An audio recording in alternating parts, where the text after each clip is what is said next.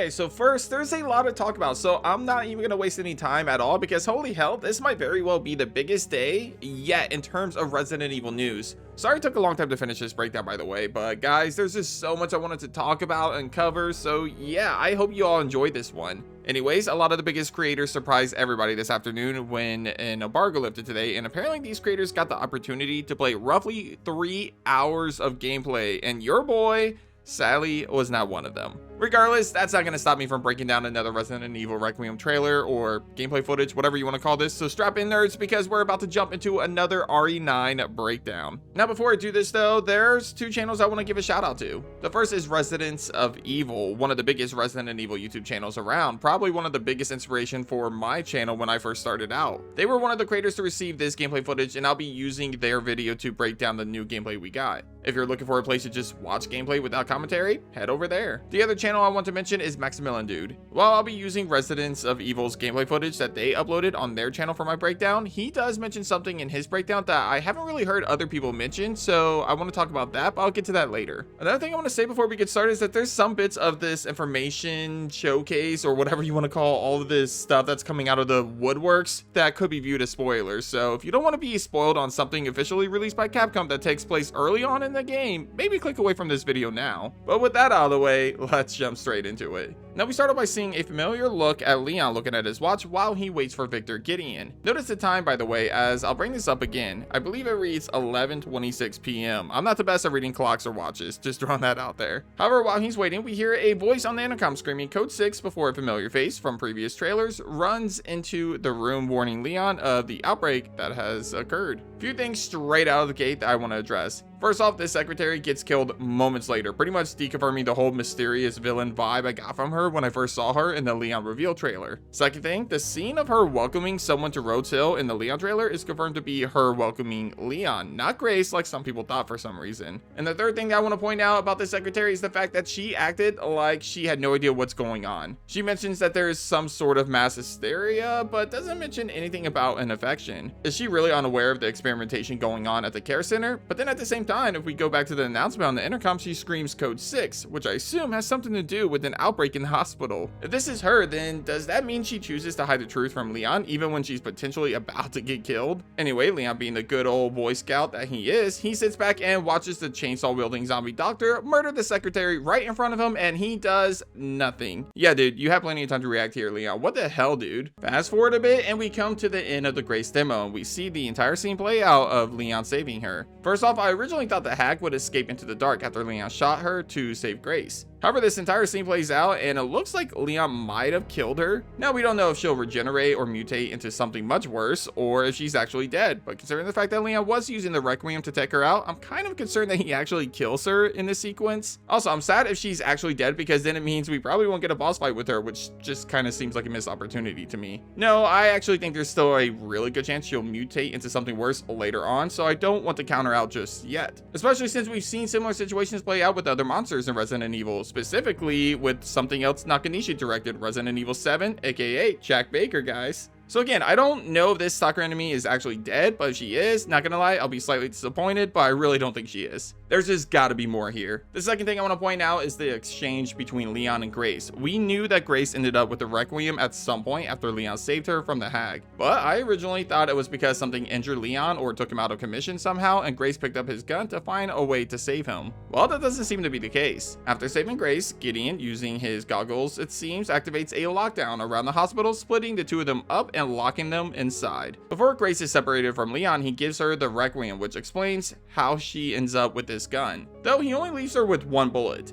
Nice. Go back to Gideon real quick. We finally get a real good look at his ring, and it's a snake design. Surprise, surprise. Ironic considering something else revealed about him later in this video, plus the theory surrounding him turning into a giant snake monster, but more on that later. Moving on to another familiar scene, I want to point out the time over here in the corner. Remember what I said about the watch at the start of the video? It read 11:26 p.m. Here at the bottom left hand corner, we see Grace with the Requiem at 11:42 p.m. basically telling us that only 16 minutes has passed between when Leon was attacked by the chainsaw zombie and Grace being saved by Leon. This means that Leon wasn't really in the hospital for that long before he ultimately found Grace, telling us that he found her pretty early on after arriving here. Immediately after this scene, we get some first-person Grace gameplay, which eventually leads to a door with a unicorn symbol on it, and it needs some sort of medallion to open. Yeah, hardcore RE2 fans might immediately think back to the unicorn medallion of Resident Evil 2 and its remake. Not sure if this is just an Easter egg or something that connects this place to the RPD station of Raccoon City, but I figured I'd mention it real quick. It could also just be a Pegasus on the door, since there's a lot of connections to Greek mythology in this game. Anyways, while looking at the door, I noticed something else, and I'm not sure if this was something that appeared in previous trailers, but we do get a good look at the Requiem in the inventory menu, and there's something interesting about it. Looking under the gun itself, there's 3 circles next to the amount of bullets in the chamber. This makes me think that you can maybe add something to the Requiem, maybe some sort of additional enhanced ammo or something to make it more powerful using these slots. Oh, it could just be attachments for all I know. Not gonna lie though, my immediate thought went to the materia from Final Fantasy VII. Actually, if you look over at Maximilian Dude's breakdown of his experience, he mentioned collecting different types of blood to create different types of bullets and injectors for the Requiem, so more than likely, I'm guessing those slots are just for that. Specifically, the best comparison I can make is maybe to a grenade launcher. You know how a grenade launcher has different types of bullets they can use with it? Well, maybe the Requiem uses different types of blood-enhanced weapons or bullets to use against certain types of infected creatures throughout the game. I don't know, I'd love to hear your thoughts about this.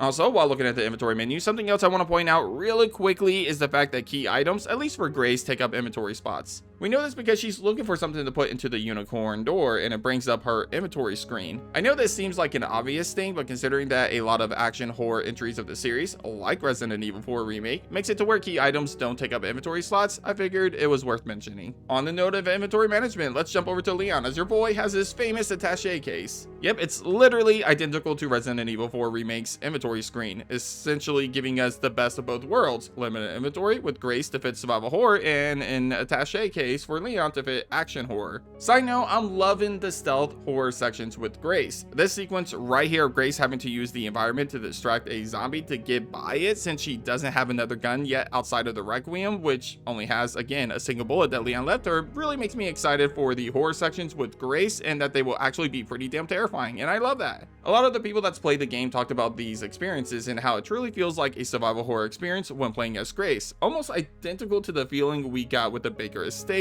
in Resident Evil 7. Afterwards, we end up in another familiar scene with one noticeable difference. See, the last time we saw this scene, we were playing as Leon. However, in this exact moment, we see Grace confronted by the same zombies with the same items in the area. This confirms 2 things, one of which is actually really interesting. First off, obviously this means that both Grace and Leon will investigate the same areas of the care center at some point. However, more importantly, I think we'll get something similar to a zapping system from Resident Evil 2. Well, not exactly, but sort of. See, the zapping system in RE2 basically created scenarios that would allow decisions made in one scenario to affect some situations in the second scenario for the other character. For example, killing Zombie Marvin in scenario 1 or killing the giant alligator by blowing its head off will remove them from scenario 2 with the other character. Now, obviously we're not getting 2 separate campaigns here, but it does look like we'll be investigating the same areas at different points with each character, and that could mean that killing infected with Grace in one room might leave the room clear of infected for Leon when he goes through it later, similar to the zapping system, but in one campaign instead of 2 separate scenarios.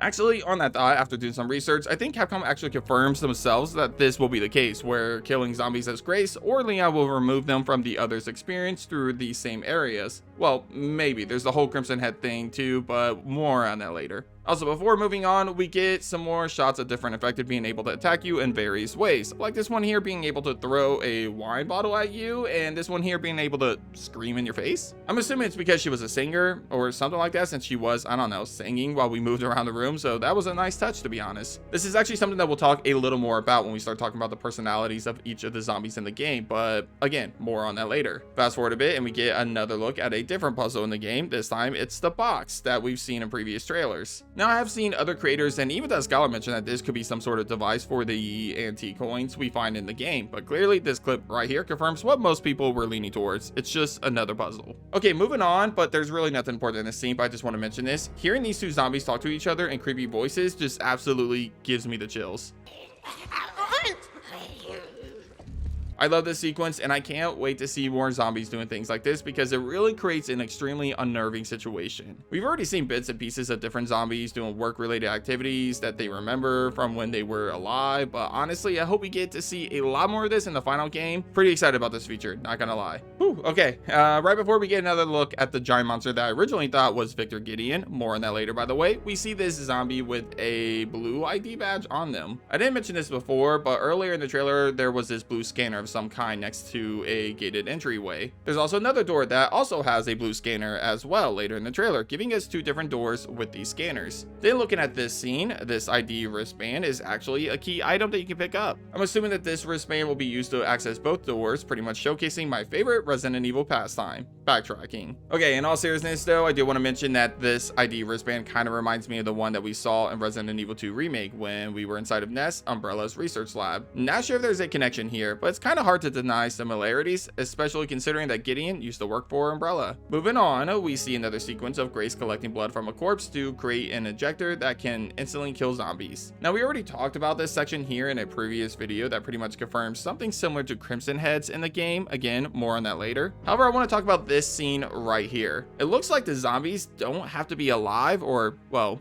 undead for you to use the injector on them. You can use it on corpses of zombies you already put down. I'm assuming this is because you can use it similar to how you use kerosene and a lighter in Resident Evil Remake. After you kill a zombie, if you're worried about them mutating into something worse and you don't want to deal with them later, you can just use the injector on them and prevent them from mutating later. Obviously, you can also use this as an insta-kill weapon on zombies still moving around too, but I thought this was something worth pointing out. Fun fact about this though, Nakanishi and even creators that had hands-on experience playing 3 hours of this game confirmed that only Grace will have the ability to collect blood and make these injectors, meaning that Leon won't be able to remove potential Crimson Heads before they change. My guess, it'll mostly be Leon dealing with the Crimson Head-like enemies, and Grace will be able to lessen the amount of them by using the injectors on corpses throughout her walkthrough of certain areas to make Leon's sections easier. Okay, so I kept teasing this, so now let's talk about Crimson Heads. Outside of every hint of Crimson Heads we've seen so far in the trailers, there's 2 pieces of evidence from insiders that confirm that we'll get something similar to Crimson Heads. First off, looking back at Maximilian Dude, he briefly confirms it in his video. The funny thing about this is that he's really the only one I've heard actually talk about them personally, so I'm wondering if he was supposed to or if it's just one of those things he was supposed to keep quiet about. Regardless, he said that he's come across these new variants of Crimson Heads, and apparently they are mutations that come in different forms and they are extremely difficult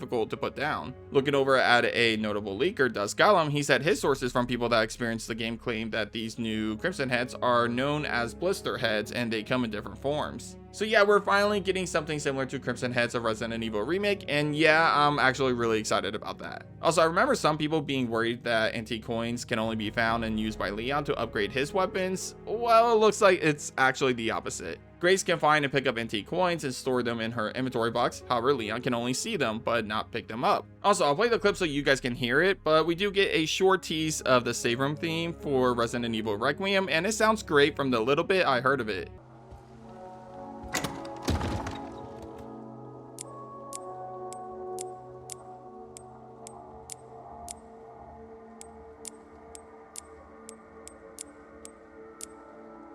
Oh, and it looks like Grace does have a QTE command to push stun enemies back to give her some more breathing room. But yeah, nothing crazy like Leon's attacks, obviously. Last thing I want to say before moving on, does anybody know what this is right here? I've been looking at it and I just can't figure it out. It's located right next to Grace's status bar, but I don't think it's a counter weapon as we've seen those take up spots in Grace's actual inventory menu. There's also room for another item or thing to fit above it, so yeah, I'm actually kind of curious about this. Hit up the comments, and if you guys have any thoughts on this, let me know. The first thing that comes to mind for me personally is that maybe it's some sort of upgrade for Grace, like it gives her additional health or armor or something. Later in the trailer, we come back to Leon as he's investigating some sort of attic, and we see something that kind of debunks one of my theories: the fast zombie returns. However, this time it's showcased in a way where he's kind of a mini boss fight versus a main boss fight. I say that because obviously this one and the one that attacks Grace are probably different creatures in completely different areas of the care center. My initial thought is that these guys were the Crimson Head mutations teased in the injector description, but after watching Maximilian's video, obviously this doesn't seem to be the case.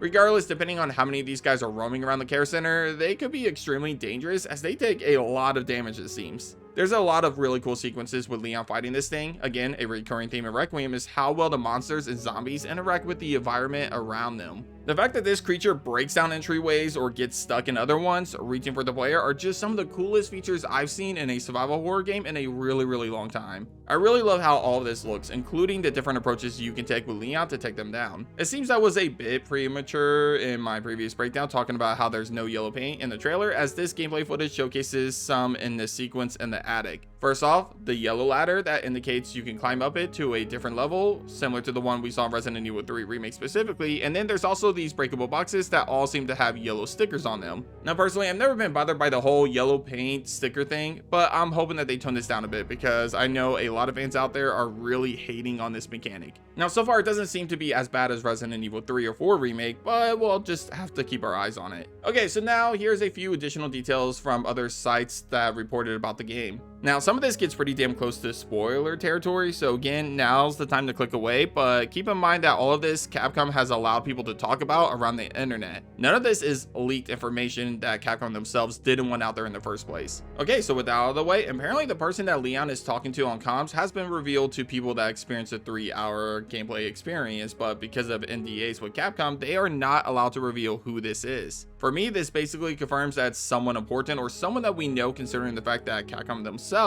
don't want people that preview the game to tell us anything about this character. So yeah, I'm definitely leaning towards Sherry Birkin now, with a small possibility of it being Ashley Graham. Another detail that a lot of people are talking about are the personalities of the infected in this game, specifically in Grace's campaign. Perhaps it's because when Grace goes through her sections, the zombies have just recently been infected and changed, but the zombies Grace comes across have a little more personality to them. A lot of the comparisons have been made to Forbidden Siren specifically, where they are clearly infected, but they also do things or act out in a way that connects them to the occupation that they had prior to their death. It's a really neat feature and something that I haven't seen done well since, well, the Forbidden Siren games. And actually, on that note, Nakanishi himself confirmed that they've created over 100 unique personalities for the zombies in this game, so yeah, this is gonna be pretty insane, guys. The developers also gave us an estimate of how long the game will take to complete, estimating that based on playstyles, the game will take somewhere between 15 to 28 hours, making it one of the longest Resident Evil games to complete since Resident Evil 6. Nakanishi also teases a few more things, one of which is the idea of returning creatures from previous games. While he doesn't confirm or deny this in interviews, he does kind of answer the question that kind of reminds me of his smirk he did when he talked about why Leon wasn't fit for horror earlier last year, hence why they decided to focus on Grace as the protagonist. So yeah, I'm betting there will be returning monsters once we get to Raccoon City. Nakanishi also teases that there's a bonus mode of some kind to unlock after beating the game. He doesn't really specifically say what this mode is, but he does say it'll allow you to play the game for a long time after completing the main story. Maybe a mercenaries mode.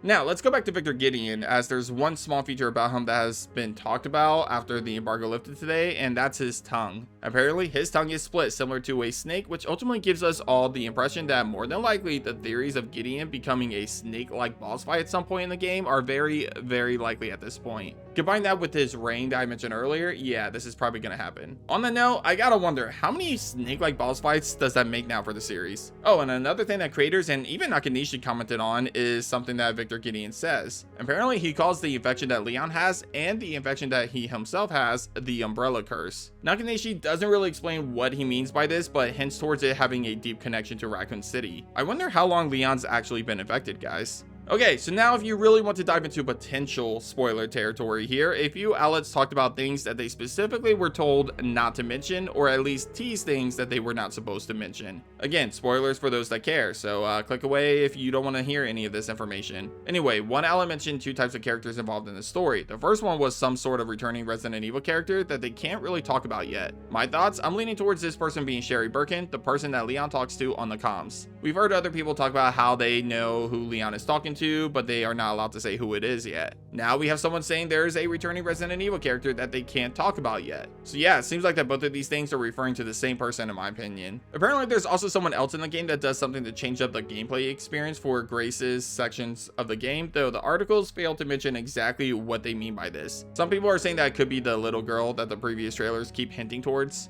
Also, apparently there's an FBI analyst gameplay mechanic that Grace uses, but Capcom won't let anybody talk about this yet. I'm wondering if we'll get something similar to Saga Anderson in Alan Wake 2. Okay, Jesus. That's it, guys. I'm finally done. Thank God. This might very well be my longest breakdown I've done so far in Resident Evil Requiem. There's been so much information confirmed and talked about by different websites and media outlets, so it was a lot to cover, some of which I'm willing to bet I actually probably missed. Anyway, I'll be working on future theory videos and other videos in regards to Resident Evil Requiem leading up to its release next month, but I definitely want to hear some of your opinions in the comments down below. Do you like everything you're seeing so far in the game? Now that you have seen a good amount of both gameplay experiences, whose sections are you most excited for? And is there anything that I missed in the new and updated gameplay reveal of Resident Evil Requiem? Considering that multiple creators had the opportunity to cover this and got hands-on experience, it's really hard gathering all the accurate information I can find for this video, so I'd love to know if you guys felt like I missed something. But thanks for watching, everybody, and I'll catch you guys on the next episode of Nerdspace Games. Take care.